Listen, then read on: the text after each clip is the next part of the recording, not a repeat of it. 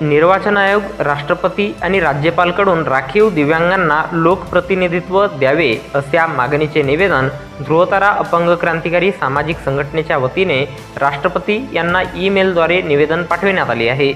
संविधान संशोधन करून निर्वाचन आयोग, राष्ट्रपती आणि राज्यपालकडून राखीव दिव्यांगांना लोकप्रतिनिधित्व देण्यात यावे या मागणीचे निवेदन राष्ट्रपती द्रौपदी मुर्मू, राष्ट्रपती भवन नई दिल्ली, त्याचप्रमाणे पंतप्रधान नरेंद्र मोदी भारत सरकार यांना दिनांक 30 जून 2024 रोज रविवारला सायंकाळी 5 वाजता अखिल भारतीय ध्रुवतारा अपंग क्रांतिकारी सामाजिक संघटनेचे संस्थापक सचिव श्रीकृष्ण देशभ्रतार आणि अखिल भारतीय ध्रुवतारा अपंग क्रांतिकारी सामाजिक संघटनेचे राष्ट्रीय अध्यक्ष संजीव भांबोरे यांनी ईमेलद्वारे निवेदन केले आहे।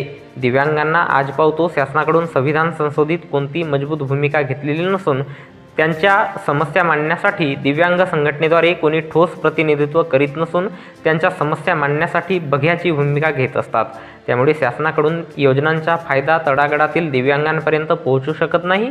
करिता संविधान संशोधन करून निर्वाचन आयोग, राष्ट्रपती, राज्यपालकडून राखीव दिव्यांगांना लोकप्रतिनिधित्व कायद्याची तरतूद करून दिव्यांग संघटनेद्वारे लोकप्रतिनिधित्व मिळवून देण्यात यावे, जेणेकरून शासनाला दिव्यांगाबाबत खास कायद्याने अतिशयोक्ती समजून तरतूद करता येईल आणि योजनेचा आधार आणि फायदा तळागाळातील दिव्यांगांना मिळू शकेल।